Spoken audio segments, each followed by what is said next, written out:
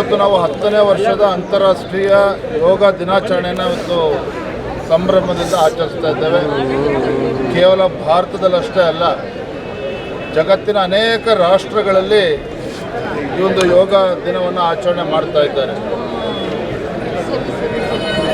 6000ಕ್ಕೂ ಹೆಚ್ಚು ವರ್ಷಗಳ ಒಂದು ಇತಿಹಾಸ ಇರತಕ್ಕಂಥ ಒಂದು ನಮ್ಮ ಈ ದೇಶದ ಒಂದು ಸಂಸ್ಕೃತಿ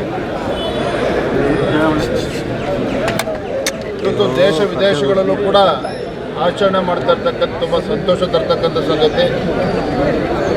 ನಮಗೆಲ್ಲ ತಿಳಿದಿರೋ ಹಾಗೆ ಯೋಗ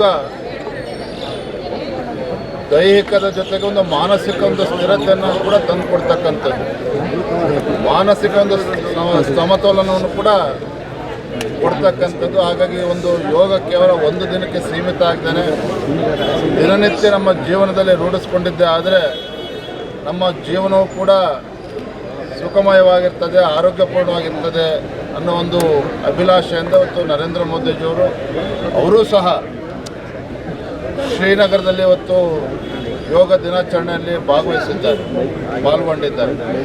ಹಾಗಾಗಿ ಶುಭ ದಿನದಂದು ಈ ನಾಡಿನ ಸಮಗ್ರ ಜನತೆಗೆ ಮತ್ತು ದೇಶದ ಜನತೆಗೂ ಕೂಡ ಅಂತಾರಾಷ್ಟ್ರೀಯ ಯೋಗ ದಿನಾಚರಣೆ ಶುಭಾಶಯಗಳನ್ನು ಕೋರ್ತಾ ಇದ್ದೇನೆ. ನಮ್ಮ ದಿನನಿತ್ಯ ಜೀವನದಲ್ಲೂ ಕೂಡ ರೂಢಿಸ್ಕೊಳ್ಳೋ ಮುಖೇನ ನಮ್ಮೆಲ್ಲರ ಜೀವನ ಸುಖಕರವಾಗಿರಲಿ ಅಂತೇಳಿ ಶುಭವನ್ನು ಹಾರೈಸ್ತೇನೆ.